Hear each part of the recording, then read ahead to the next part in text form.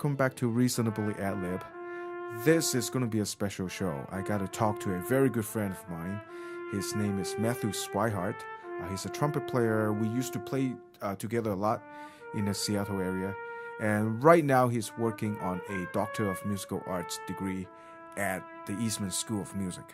Now, not too long ago, he also won a Fulbright. Got to study in Germany for a year. So I just want to talk to him about the process of getting the Fulbright, his experience in Germany, and also some of his thoughts about the differences between the musical happenings in Germany, Europe, and in the United States. Now, all the music you're going to hear in these two shows, it's going to be a long conversation. So I break it up into two shows. It's going to be episode 6A and 6B.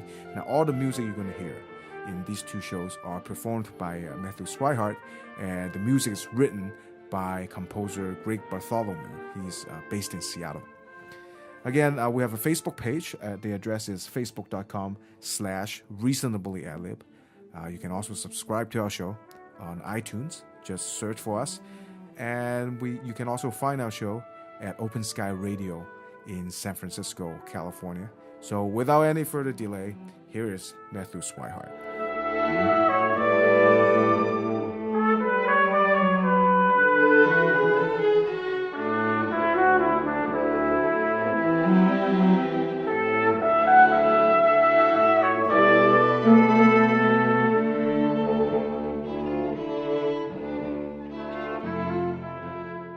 Hey everyone, welcome back to Reasonably Ad Lib. Hey, today it's actually really exciting. I got to talk to a really fascinating trumpet player.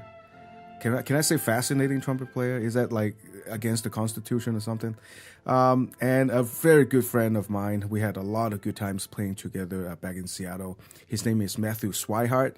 Right now he's doing a DMA, a Doctor of Musical Art degree at the Eastman School of Music. So it's like serious stuff. So hey Matt, what's going on? Hey, how you doing? Hey, what I want to talk to you about today is you had a Fulbright scholarship, which is a huge deal, that sent you to Germany to study trumpet playing. So I just want to talk to you a little bit about that experience because it's relatively rare, and no, you're only one of the few people that I know that have been granted that scholarship. And also, the other thing is you're only a few people that I know that is from a really rural area. So I just want to talk to you a little bit about maybe the transition between coming from a really rural setting to being launched into this Fulbright adventure, and then maybe talk a little bit about what your impression is of Germany and their trumpet playing over there, their brass playing over there, and also maybe talk a little bit about the comparison between the two sides, in terms of how they treat art in the USA and Europe. So, hey, tell us a little bit about your background, where you're from, etc. Yes, so I suppose I am in the minority in that I came from a rural part of northern Indiana, right? And like all my neighbors when I was a kid, that whole mile of country road was all Amish, So there was, we were one of the. We had a phone, so we were really, we were on we were like the Jetsons. We had a phone and we had a television, and right. But I think the solitude of rural living. We were only 8 miles outside of a town of 30,000 or something. Let's say. Right. So it's 30,000. That solitude as you're a kid, it's good for practice. Like you have you have nothing else to do. Like nobody to hang out with except the Amish kids, and they're kind of on a different page. Yeah, they don't even have boom boxes, Yeah. My boombox was kind of. I'm sure that was creepy to them. That was probably like they thought there was some black magic going on there. Alien technology. No, yeah. so that's not a whole lot of people. Although I grew up Mennonite, so right. My grandparents would have been quite conservative Mennonites. Like where the first 10 seconds you saw them, you would know they were a member of some specific religious group. Yeah. But I grew up sort of liberal Mennonite. A lot of those liberal Mennonite kids ended up having strong interest in music. Right. I don't know what that was about that particular Mennonite community. Is that just a way for them to express themselves? How somehow?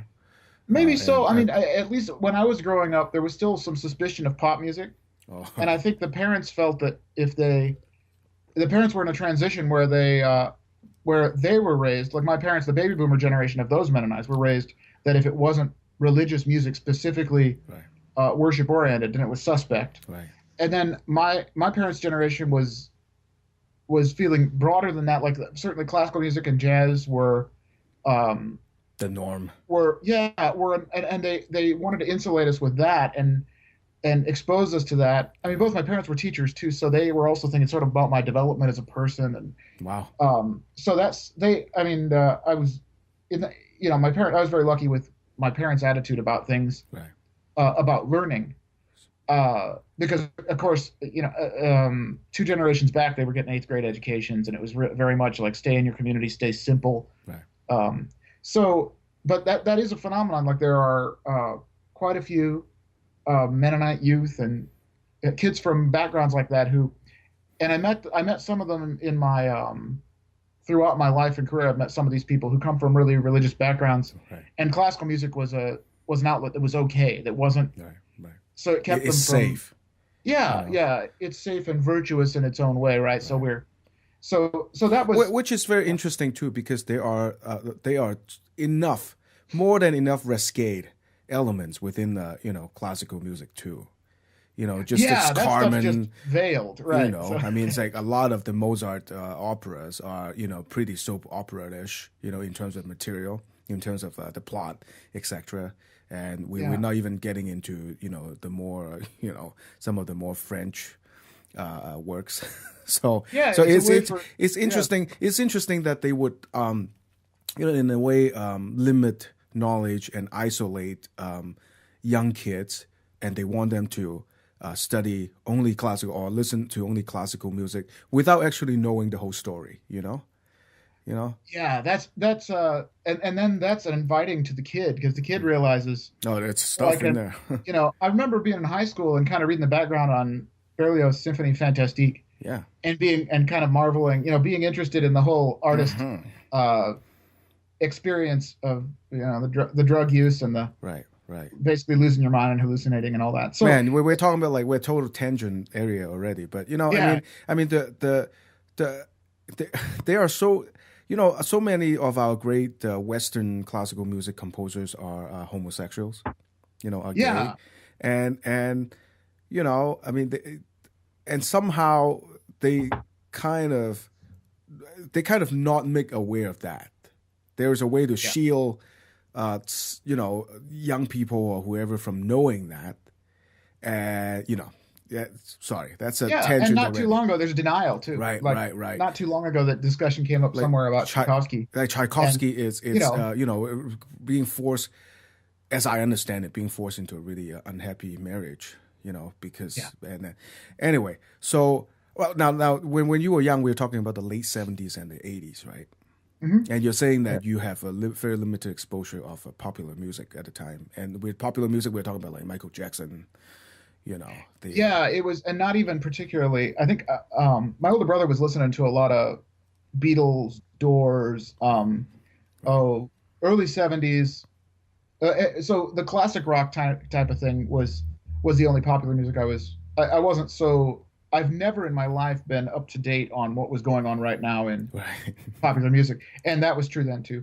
Right. So the other thing though is I get to be 17, 18, and I really want to get the hell out of Goshen, Indiana. And Goshen, Indiana is a great little town. If you're going to live in northern Indiana, Goshen is your spot, and there's some beautiful country there. And there's, like now I'm nostalgic for it, but I wanted to get really out, and I wanted to find a school in an urban center. You want more.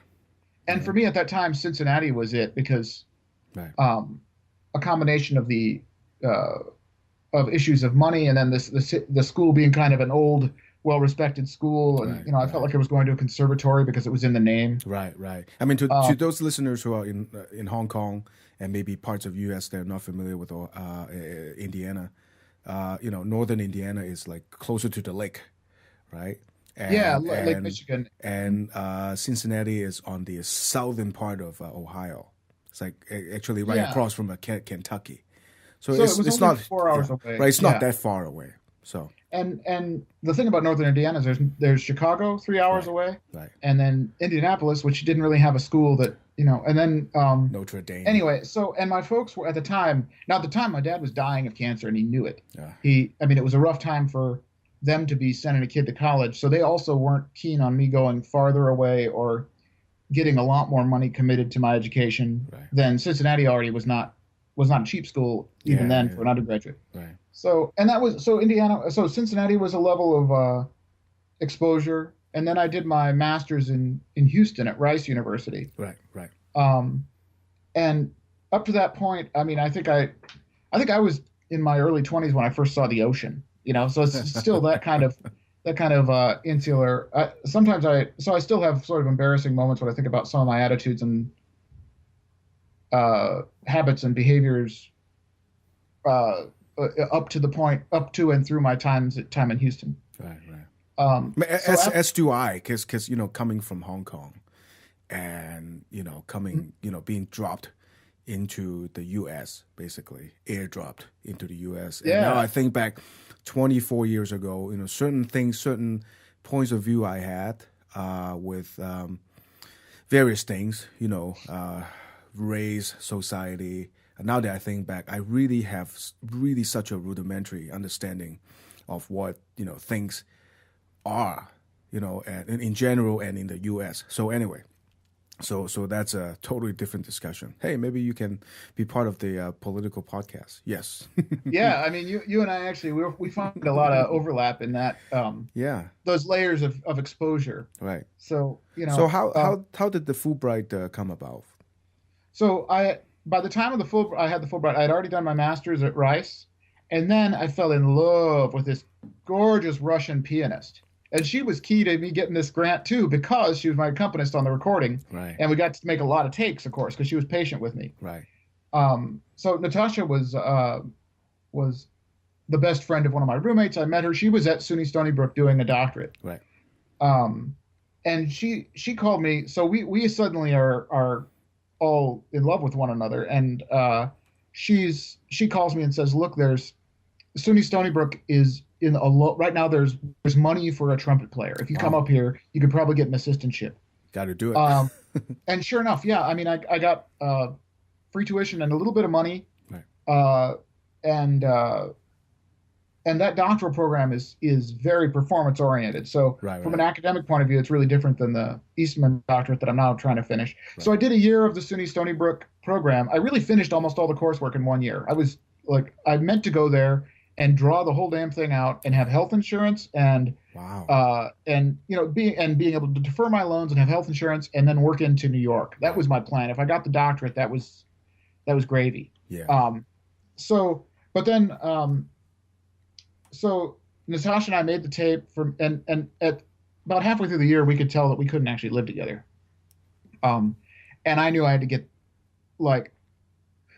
I knew that I wasn't committed to her or Long Island or, so when I actually was thinking about stopping playing it. That's the funny thing is at that point I was ready to stop playing. Right. Because right. I was, I mean, I have feel that many times actually. I mean, it got frustrating, I mean, things are not working and then you are, because you're in a doctorate program, that means you are already a very good player. But, that means that when things are not working, it got, it's the frustration is logarithmic. Is that the right word? Yeah. It's time 10, and then it leads to panic. Yeah. And then you just look at your friends who are now bumping 30 as well, but they're married with children. They got a house and a good job and their lives are organized. Right. And I'm still living like a kid, And certainly.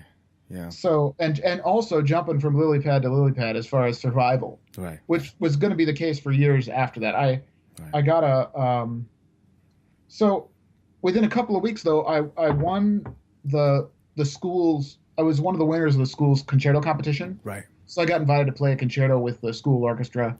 Great. And that was encouraging at the time. I took that pretty seriously because I was competing with all these really fine pianists and violinists. Right. And so I let that bolster my ego, and then I got the Fulbright, and that really pulled me back into playing. I mean, I really would have probably finished that year there, and then looked at something else. I might have done the education degree that I eventually did Right. Right. earlier in life. Right. But anyway, when you've got a Fulbright, you go do that because it's the government paying me to learn for a year. You have like one. Nobody doesn't. Right. One thing you don't have to worry about there is finances. I mean, once that out of the way, I think a few other things are easier. As in, you can focus on your art. Once you get there. Yeah. Right. The process of getting there was. Tell us a little bit about that. Pretty involved in the sense I had to make a contact with. I made a contact with I think initially 3 trumpet professors over there. Right. I had already done a festival in Germany. There were 2 festivals I did before I went to Germany. I did the Tanglewood Festival and met some people that there were some contacts that mattered there. And then I did the Schleswig-Holstein Festival. Right. And at that Schleswig-Holstein Festival, I made some contacts and got some information about trumpet professors and where to go. And I actually, on one of those trips over to Germany related to that, I went and I played an audition for the guy I would eventually study with. Right. Max Sommerhalder is his name. All right. That's the trumpet professor in Detmold. So, and that's right, really important. I knew another guy who had done a Fulbright in Detmold and had studied with Max. Right. So I basically did a very similar project to what he did, right. And I did our programs were almost identical. Right. So this guy Mike, who was at Rice. So come to think of it, I was talking to him about it back in what must have been 98 or so. I was already talking to Mike about it. Right. So making contacts is a huge deal. Right, and they're not contacts that can get you work or make you money. These are contacts that just know people. Right. And have a phone number or know something about what's going on with that person. So Max was the golden ticket because what Max did was every aspect of the Fulbright application he already knew because he'd had somebody come and apply before. Right. Max liked American students. He liked to have a diverse studio. He had a really diverse studio. His studio had Koreans and South Americans and Italians, and he had it's a United Nation there. Eventually, a Chinese guy and anybody. Let's see, he didn't have anybody from the Pacific Islands while I was there, but Max is a real internationalist. Right. Yeah, United Nations exactly. So that made the studio really interesting. That is great because. Yeah, I'm sorry. That is great because different players from different places. Even though right now the world is it's getting more homogeneous in terms of materials because of the internet. Because everywhere you go is going to be a Target and a Costco. But there are still some regional stuff that. Even students when they come in to study with a professor, that they can contribute to the studio itself, and it's great that you have a guy there who is, I'm pretty sure, a great musician, and in a way, he knows the deal. He knows the deal, so he's very humble at this. As in, I'm sure, I'm just guessing here that he's humble to a point that he thinks he might have something to learn from these kids that are coming in from all over the world, that he can enrich his own art, artistic, expression, etc. That was very much his thinking. Exactly. Right. That's so awesome. He liked to travel and do master classes. He was traveling to Russia. Lately, he's been doing stuff in South America. Wow.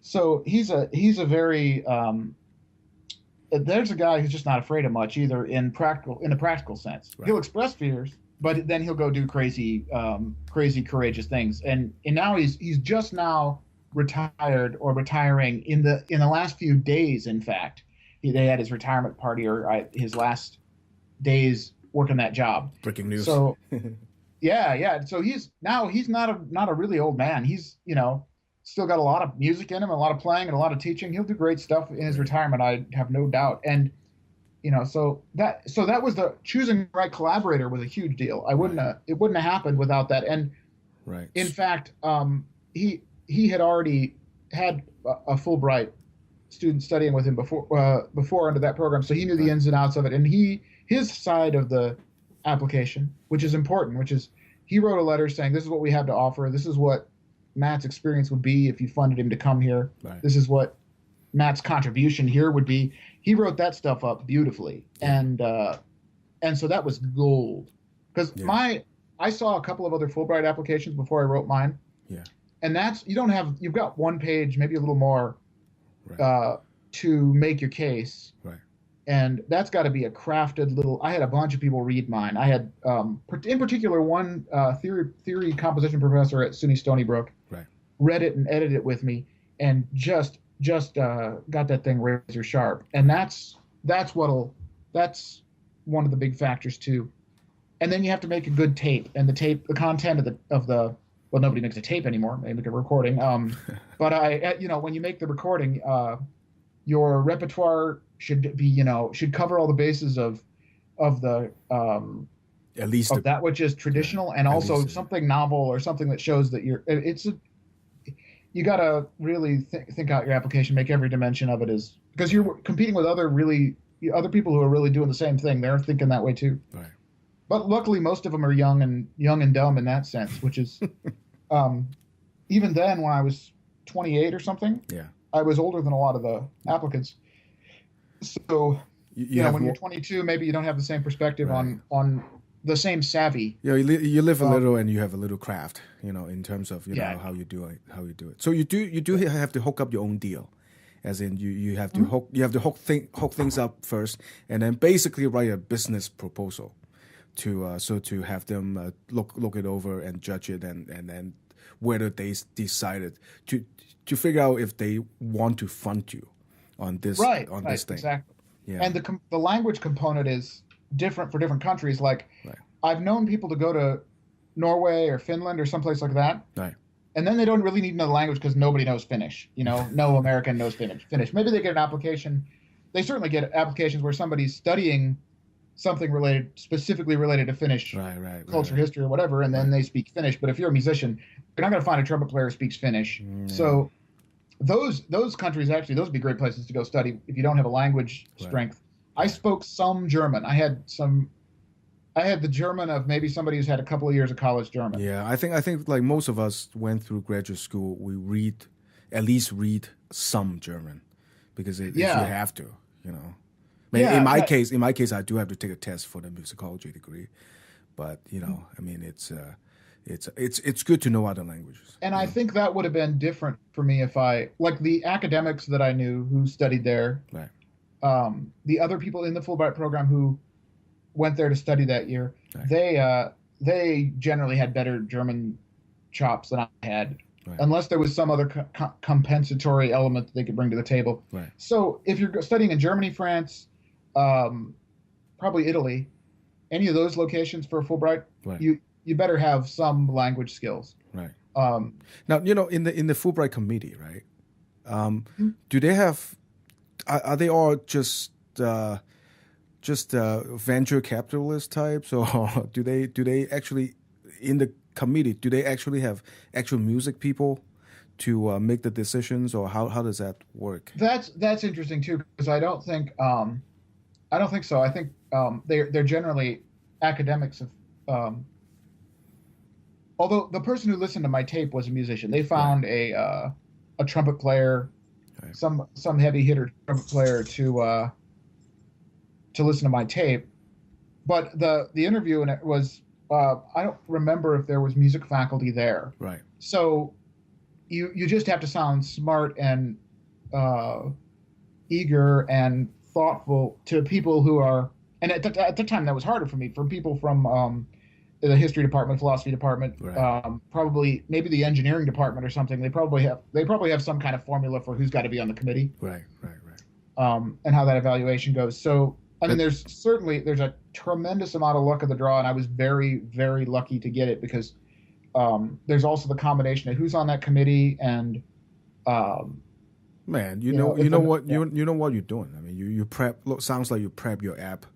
In Well, a and really now I'm talking like Monday morning quarterbacking where I look back at what I did, and I did do a bunch of stuff. The most important thing was that I made really good connections and I asked for advice. I ran it by a lot of people. That's what a young guy might not do. right. An arrogant 22-year-old, which is when I was an arrogant 22-year-old, I probably wouldn't have looked for as much help. But Yeah. by the time I was 28, I knew that there were way smarter people than me and that I better ask them, Right. for help with it. I mean, attitudes. It's most of the game. A lot of times. Yeah, I think in the interview they probably look for that eagerness to learn, Right. and openness and some humility. So that's also the game. Like, how are you confident and sell the idea, Right. while still sounding like that you have to be open to what happens there, because they're looking for people flexible enough to deal with being abroad. Right. The Fulbright committee cannot have people fail. They can't have people go there and have serious problems. No. Once every few years, you'll get a really good story where somebody goes to Thailand and they just lose their mind, like they can't deal with the culture shift or something. I'd take Thailand. Somebody goes someplace with a serious culture barrier, Right. Serious culture It's a completely gap, different environment. and they go nuts. I think the year I was there had been somebody a couple of years earlier who maybe tried to sell his. I shouldn't tell the story because I don't remember well enough. But I was thinking sell his passport and then just go get another one. Wow. Which a person could do, and the passport is worth a lot if you sell it to some dark underbelly CD in some seedy bar somewhere. So Okay. that kind of thing happens. They're choosing people really carefully, so that the final analysis, when a senator looks at the program and says what came of it, Right. Or a senator comes to one of the conferences and listens to people talk about the projects. Right. When stuff like that happens, when somebody who's really got their hands on the funds Right. makes it, that's you got to have the program looking good all the time, because Right.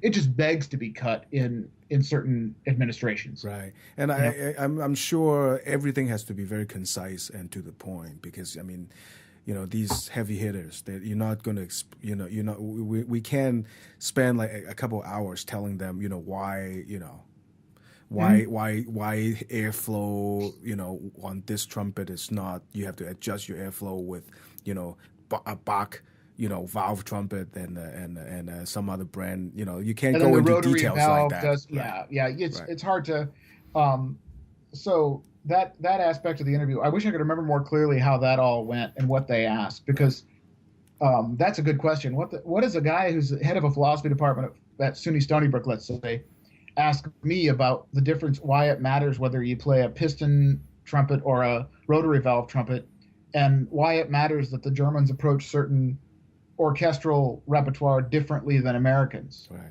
right. Why does it matter? I mean, I would question that occasionally. Well, I mean, if they're curious, But, they're curious scholars and academics, I'm sure they can, whatever the topic is, they can get something out of it. Whether how deep they go into thinking about, the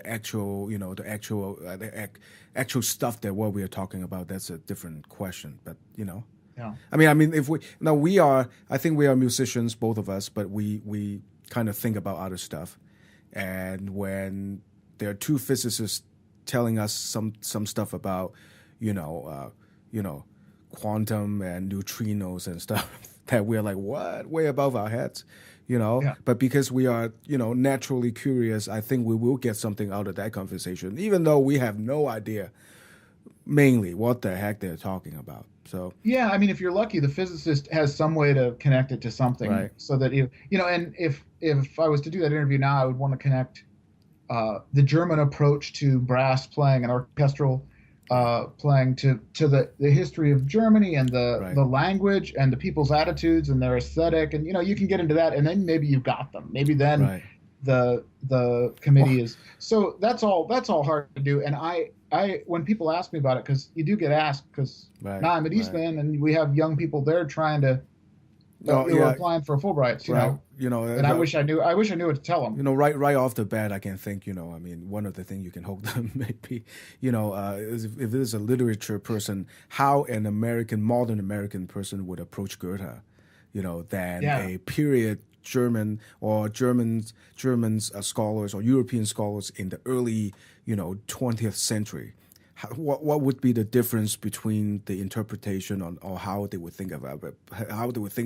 Because a modern American scholar would have the information. We've been through wars.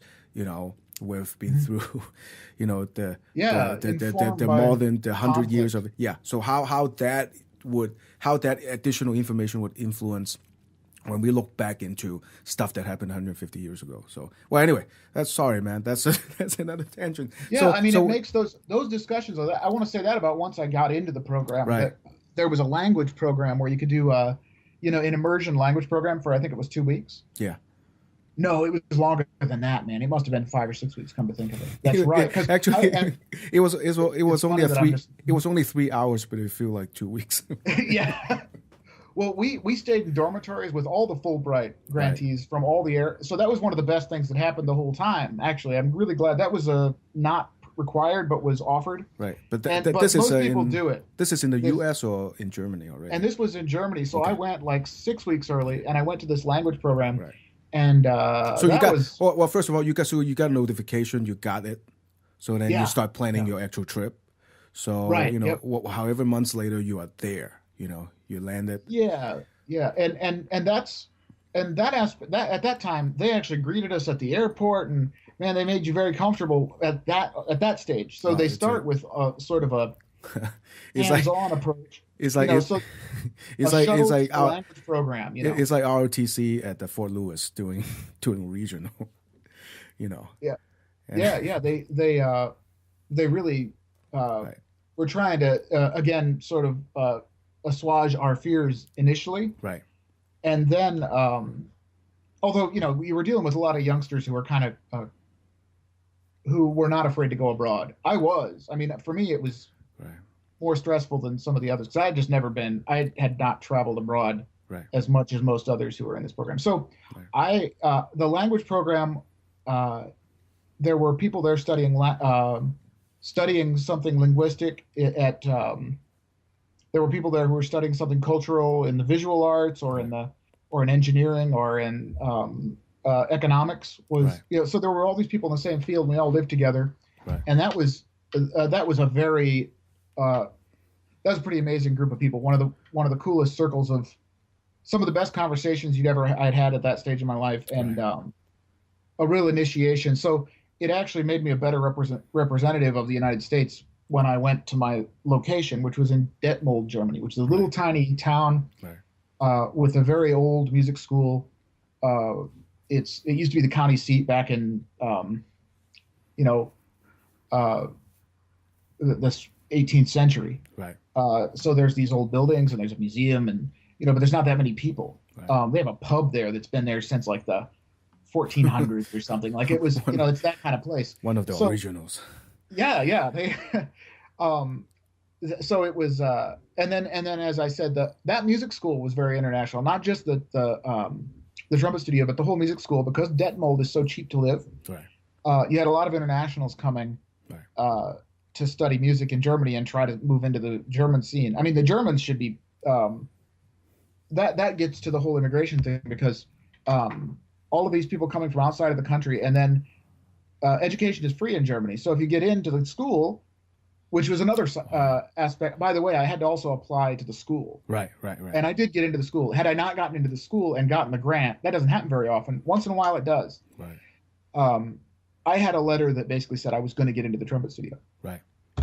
Anyway, so once I got to the school, I was around.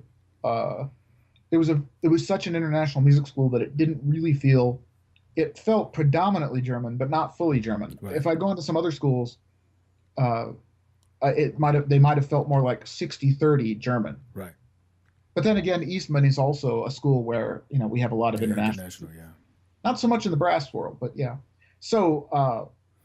Which is interesting because I recently have to do some research.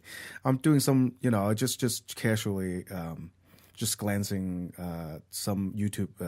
So there's a video of the YouTube orchestra playing in Sydney. I think MTT is conducting it, and And I think one of the things I quickly noticed is when they pan the camera to the string section, it's very international. They're a bunch of Asians, right?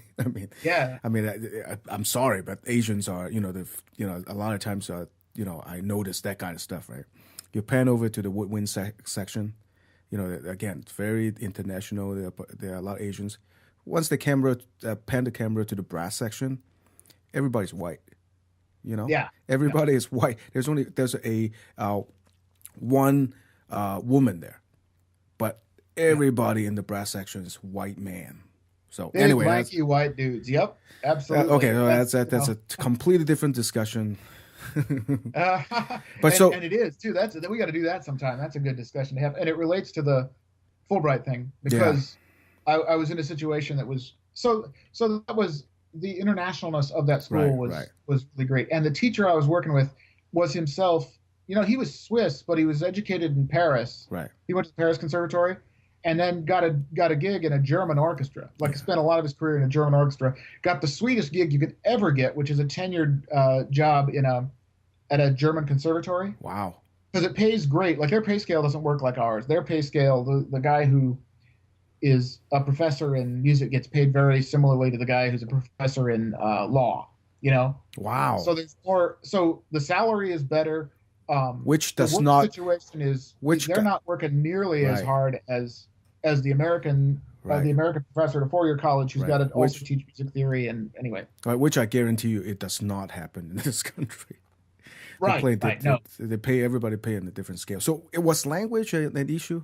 Because you said you only speak in fact, I got coddled. So sometimes people go places and there's some language barrier with their teacher. And I remember reading a paper. There was a woman who went to Russia to study trumpet with a venerable old. I think he was one of the guys in the. It was one of the major national orchestras, Leningrad Philharmonic or something. Right. He. Anyway, for her, the language barrier was huge, even though she had quite a bit of Russian, because he had no English. But Max spoke English as well as I did. Right.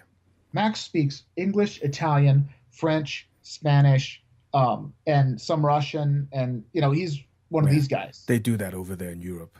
It's pretty especially cool, the Swiss, right? So it's pretty cool. Okay, I launch into another complaint, like a tangent complaint right here, because in America we don't somehow. Through K through 12, we don't hammer the fact that you have to be multilingual, which is a huge advantage.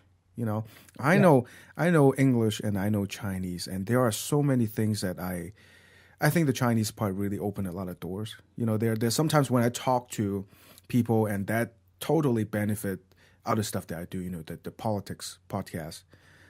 There are some information that I would be reading. And those are totally new to my co-hosts because that information is in a different language and they will not have access to it until somebody translates it. And sometimes, you have to wait. So, in Europe, everybody know like 6 different languages because it's just how they roll over there, Yeah. If you're a small enough country, like, and in Germany, for instance, you go see subtitled films in English and there's, and that was, as soon as you cross the border to the Netherlands, which I did a couple of times, went to Amsterdam a couple of times, and of course that's another. If you're a small enough country that you, that you're very close to other languages, it's just your attitude has got to be different. Right. And we're this huge landlocked mass, and people are almost offended by the idea that there are other languages in a lot of places. In a lot of rural America, that's the way you feel because. So that was. My German didn't get as much better as it should have, is what I'm saying. Because my roommates spoke English great. Right. My teacher spoke English great. English was the lingua franca of the the cafeteria or whatever. Because if you're sitting at a table with a guy from Kazakhstan, and I remember actually that's what I was thinking at this one time when I sat down. I realized, oh, this guy's from Kazakhstan, this guy's from Germany, this guy's from northern Italy, and so we're all speaking English because we have to. Right. So had I gone to, although they say, when I was out in the town, people spoke English less well than had I been in Berlin or some big urban area. Right. The locals, that was an interesting thing because I felt racially profiled. I looked Turkish to them. And for the Germans, the Turkish are they have the same attitude towards the Turks Right. that a lot of Americans have towards Mexicans. Right. Right. They're lazy and filthy, and they're like really harsh. Right. When in fact, similarly, the only time I saw somebody working really hard at something miserable, Right. they were Turkish. Yeah. In Germany. Yeah. I mean, So there's a. There's a racial component there in Europe yeah, that we are not aware of in the U.S. Somehow, yeah, unless something it crazy works really happens. similarly. It works really similarly there with the Yeah, insecurity about the growing Turkish community or the growing international right. community, Eastern Europeans, and Yeah, when I was in high school, I have a friend. Haven't seen him for 20 years. Don't know where he is now, but he's from Armenia, mhm. and Armenians have there was some historical. There are a bunch of history between the Armenians and the Turks Yeah, harsh that history, really. that we don't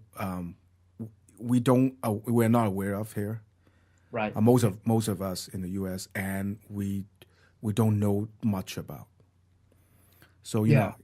That there's so much that that we have to learn over here, and a lot of Well, times, and if you right, have a fascination with it and enthusiasm for it, then that whole right, learning process is great. It's one of the best right, things in yeah. life. I mean, you can only So so there's certain stuff that you can only pick up while you are there. I mean, you can't do it over the internet even. right, You can I only I, I yeah, agree. That yeah, is the value of the program, and that's right, actually what I wanted to.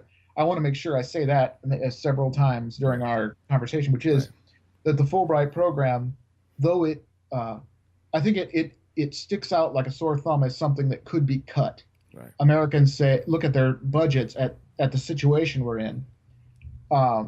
And Especially, maybe, yeah, and I understand why people would want to cut it. Why should we pay people to go study for free abroad um, when these are generally pretty successful academics already? right, But it matters when they come back to the States, they got stuff to offer that you can't get any right, other way. right, And it's part of what infuses our system with, it's part of what makes things change and happen. right. It's a catalyst. You got to have it. I mean, it's It's such easier in a Europe because if you're German, you're going to go study in France. If you're right, German, you're going to go study in Italy. right. So the cultural exchange and the ideas and the different view, the broadening of view happens. Um, Right. It's very, it's, we have a really short-sighted point of view on education in this country. As in, we only look at a lot of times because we have to, or that some genius figure this should be the way to go. As in, we only look at test scores. yeah, We only look at stuff that you can be seeing on a spreadsheet. That if anything outside of that, no, we can't consider that because there's not enough money. But the thing is, well, you did this Fulbright. yeah, And what you have seen there, what you have learned there, you're going to be telling your students from now to you're paying it forward in the it next definitely 50 years. greatly informs my teaching. Especially, I mean, I was also very fortunate that Max was an extraordinary teacher, Right, and there were things I got musically and in terms of how one teaches, how one learns, and how you relate to other musicians. Things that I got from him and from that situation that were very different and very alien to me at the time, and right, now they affect every kid I teach. right, I right, mean, it still costs $30 to get a 40-minute lesson with me, just like it did before I left. right. But they're getting the I can offer them certain things that just weren't there for me before. Yeah, we're so Um, impatient about the intangibles here, here. Well, and when That we're failing at the tangibles, yeah, because I taught public school too, and I get that. Like when your kids are below some standard in performance, they come in below and they go out below that standard. right, In the tangibles, you think I have no time for the intangibles, right, right, um, and for that which is harder to quantify, and that includes uh, arts, literature, um, social skills, just being a human, thinking about where you're going and where we've been, and right, those thoughts you just it's the wrong reaction to say we're going to wait to work on we're going to wait to teach kids to be humans until we can teach them their math facts and um, Right. and proper grammar, or to answer certain questions The technical stuff. with the answers that we've Right. determined to be true. Right. And I'm not diminishing that. Like Right. True.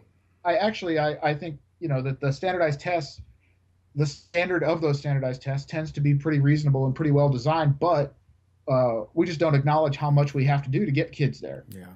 In terms of just education and standardized testing, I think a lot of times that's, I see the value in that, but I think that's harmful in a way if we don't tell kids what exactly it is. As in, a lot of those tests are administered under a multiple choice kind of thing.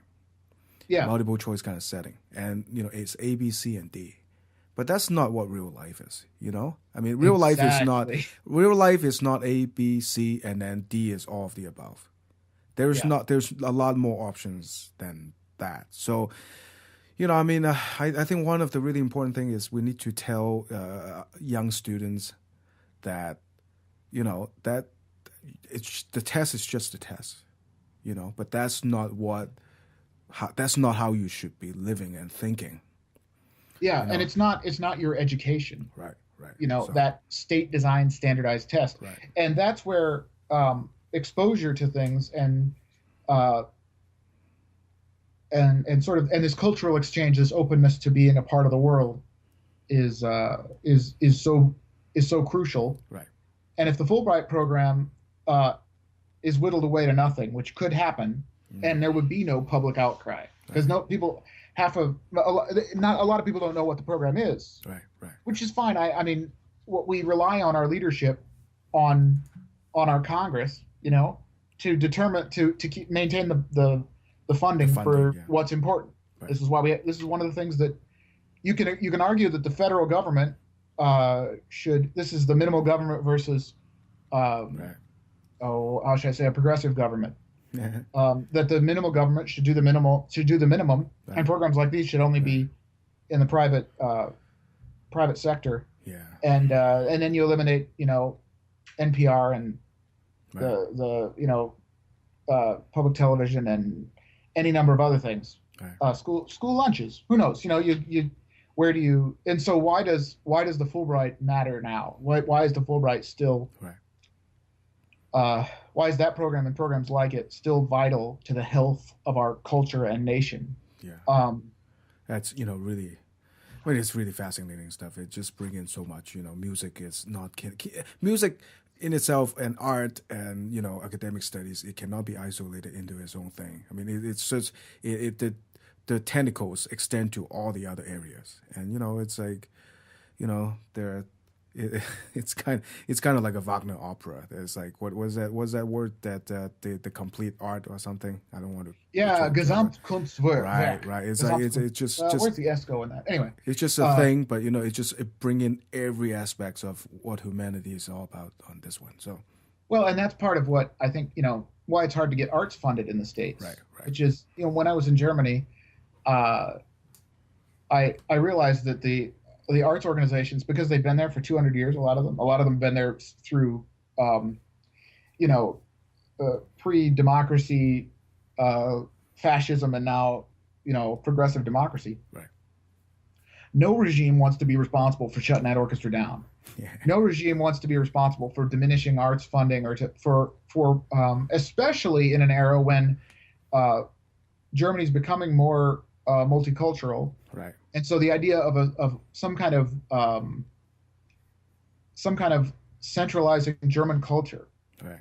The idea that the arts matter to Germany as a society, right. No political regime wants to be responsible for eroding that, and we don't feel that in the States because we don't own that music in the same way. Well, you know what? Right off the bat, and hey, wait for it. It's a sports analogy.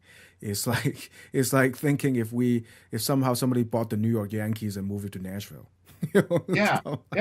So people would be in the streets throwing Molotov cocktails, right? It would be it would be so many things would be in flames. So that's where like the orchestras are funded like a public. I mean, those are public jobs there. So my fellow students, the Germans in the orchestra that I was studying with, they really had a realistic shot at getting an orchestra job. Right, right.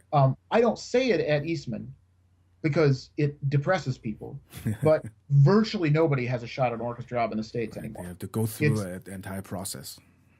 Yeah, the odds here, given the number of well-trained musicians, and the number of jobs, and the way we fund the arts completely privately. Right.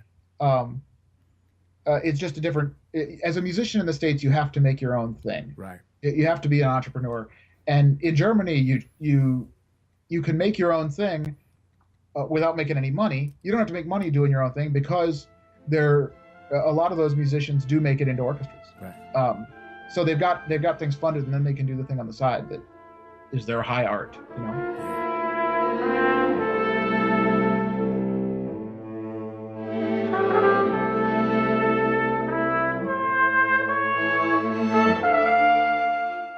And that is the first half of my long conversation with trumpeter Matthew Swihart. The second half is going to come out soon, so please stay tuned. Again, please find us on Facebook, subscribe to our show on iTunes, and also talk to us via email. Email address is ralpodcast@gmail.com.